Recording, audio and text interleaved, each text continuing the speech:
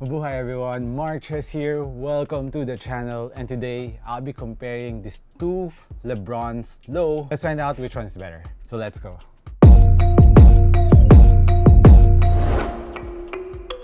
First up, on my right is the Lebron 18 lows, and on my left is of course the Lebron 17 lows.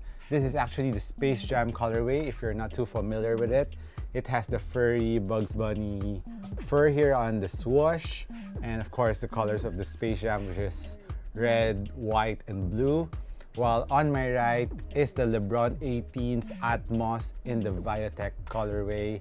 And let's first touch up on the upper of these two sneakers. Just a little heads up, not all Lebron 18 lows have this material.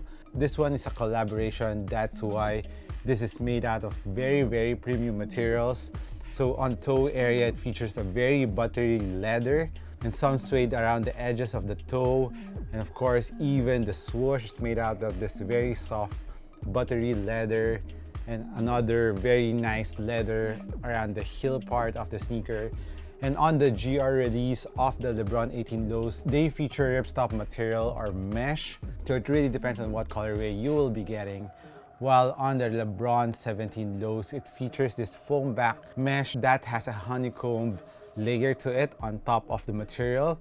While on the edges, also features some leather panels from the toe area to the heel part of the sneaker. And this material is mostly on almost all Lebron 17 lows. For durability and support around the toe area, I would say they're pretty much the same. Both have this leather on the edge, which gives you very nice durability on the sneaker. And in terms of support, both are very supportive, given that the Lebron 18s in this colorway is leather. So it adds a little bit more support to the sneaker and durability at the same time. While on the 17s, although it's a foam back mesh, it is still very thick, so it doesn't stretch at all. So in terms of support, one thing that's better on the Atmos colorway is since this is made out of leather, it has a very nice feel to the skin. At the same time, the leather that they use on this Atmos colorway is very nice and very soft. I actually didn't need to break it in that much when I was playing with it. They were very soft from the get-go. While on the 17 lows, even though this is a foam back mesh, it is still very thick, so it needs a little bit of break-in time. So that's one thing to consider on both sneakers. But if you're getting the general release colorway, the materials will be ripstop. I don't think that it's hard to break in a ripstop material, so I think ripstop material for the Lebron 17 lows are also very easy to break in. While around the midfoot part, the main difference is of course the lacing system of the two sneaker. The Lebron 17 lows is a one booty upper, while on the 18s it has a traditional tongue and a traditional lacing system. For me, this is another upgrade on the Lebron 18 lows. I like a more traditional lacing system with a traditional tongue because you can easily adjust the tightness of the lacing system on the Lebron 18s compared to the lacing system of the 17s, which features a different aesthetics in terms of lacing system, but it's harder to adjust, and the foam back mesh is not that easy to adjust with. It's a little bit harder to tighten the laces on the 17s. Another thing that I like on the lacing system of the Lebron 18s, since the Lebron 17 and 18 has a very similar shape to it, they're both pretty snug from the forefoot to the midfoot part. So if you have a traditional tongue and a traditional lacing system, it is much easier to adjust where you want to tighten it. If you want to loosen it up around the forefoot area and just tighten around the ankle area, you can easily do so, which will take time when you're doing it on the Lebron 17s. And since this is a one booty upper, you cannot really loosen up around the forefoot area if you wanted to. So that's one upgrade on the Lebron 18. And now moving on to the heel part of the sneaker. Both have an approximate same height around the ankle, but on the 17s, it has a deeper groove to it or a deeper curve. So it has more ankle mobility, but when I was using the 18s, I didn't have any problems with that. And as to our Achilles pillows, they both have very nice Achilles pillows, but more pronounced on the 18s. So heel lockdown, heel containment on both is very nice.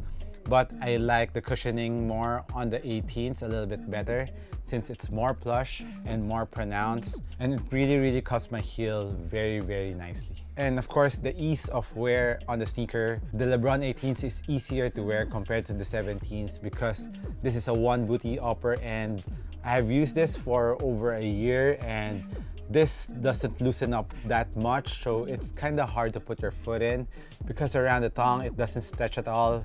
It doesn't have any garter around the tongue and the heel part of the sneaker, which I wish they put in. So it's gonna be easier to put your foot in like the Lebron 17 regulars, but they didn't do it on the 17 lows. Now let's move on to the cushion setup on both sneakers, which is kind of relatively the same in terms of tech specs, but there's a difference in terms of density of the React foam. Both have 4-foot React foam and 270 Airmass around the heel. The density of the Nike React foam on the 18s feels a lot better compared to the 17s, although the React foam of the 17s is a lot thicker compared to the 18s. But the 18s React is a little bit more plush and it gives you a very nice bounce to it compared to the 17s, which gives you a very subtle bounce. So for me, I would choose the React foam on the 18s because it's lower to the ground. At the same time, it has nice impact protection and a very good bounce to the React foam on the 18s. But if you're someone who likes your foam to be a little bit thicker around the 4-foot part, then the Lebron 17 will be better for you. As for the Airmass 270 unit on both sneakers, there's a little difference in terms of the PSI air inside the Airmass 270.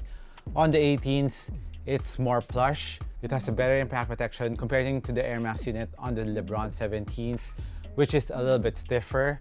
But if you want a more stable Air Max, you would like the 17s better compared to the 18s. But for me, when I was using the 18s, I didn't feel any instability around the Airmass 270 unit of the Lebron 18s. The traction on both sneakers are very similar to their big brothers, which are the regular versions. On the 18 features a criss-cut pattern or a net-like pattern around the 4-foot and some dots around the heel, while on the 17 lows, it features this kind of wire pattern on it. And as for the bite of the traction, as for indoor courts, the Lebron 17's traction bite is a little bit better compared to the 18s. It grips harder, it squeaks a little bit more, but one advantage on the traction on the 18s is it is made out of harder rubber compared to the 17s. So if you are playing outdoors a lot, you would like the 18s low better compared to the 17s. Don't get me wrong, the Lebron 18's traction is also good indoors, but the bite of the traction of the 17s is a little bit harder. As for dust pickup, both traction doesn't pick up that much dust easily, so I think that won't be any problem. As for the grip of the traction, you will never go wrong between these two. It's just a matter if you're playing more outdoors, I would recommend the Lebron 18s a little bit better.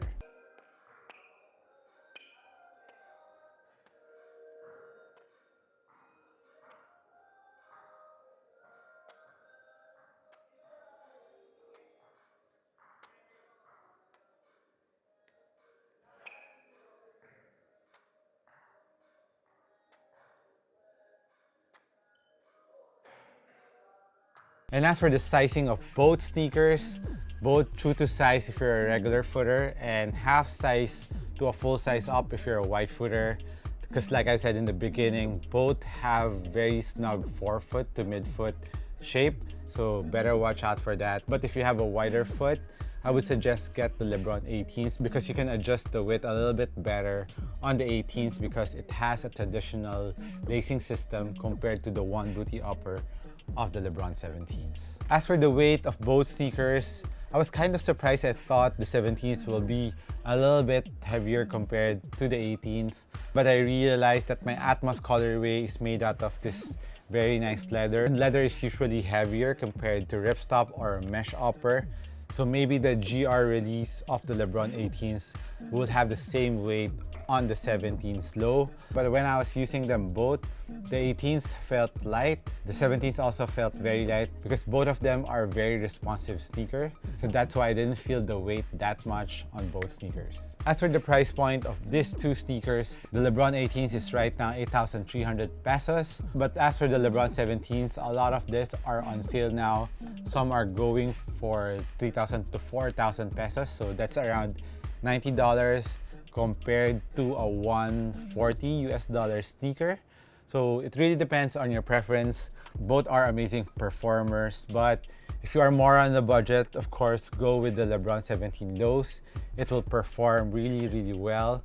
But if you have the budget and you can save up and wait for a little while, the Lebron 18s has a good upgrade from the Lebron 17s, like the fit, the lacing system, and of course the React cushion around the forefoot part of the 18 lows, which is low to the ground and very responsive, very nice impact protection, and a good bounce to the React foam. So if you're not on the budget, I would suggest get the Lebron 18 lows. So that's it on my comparison between the Lebron 18 lows to the Lebron 17 lows. So let me know which one you like better. Hit me a comment down below.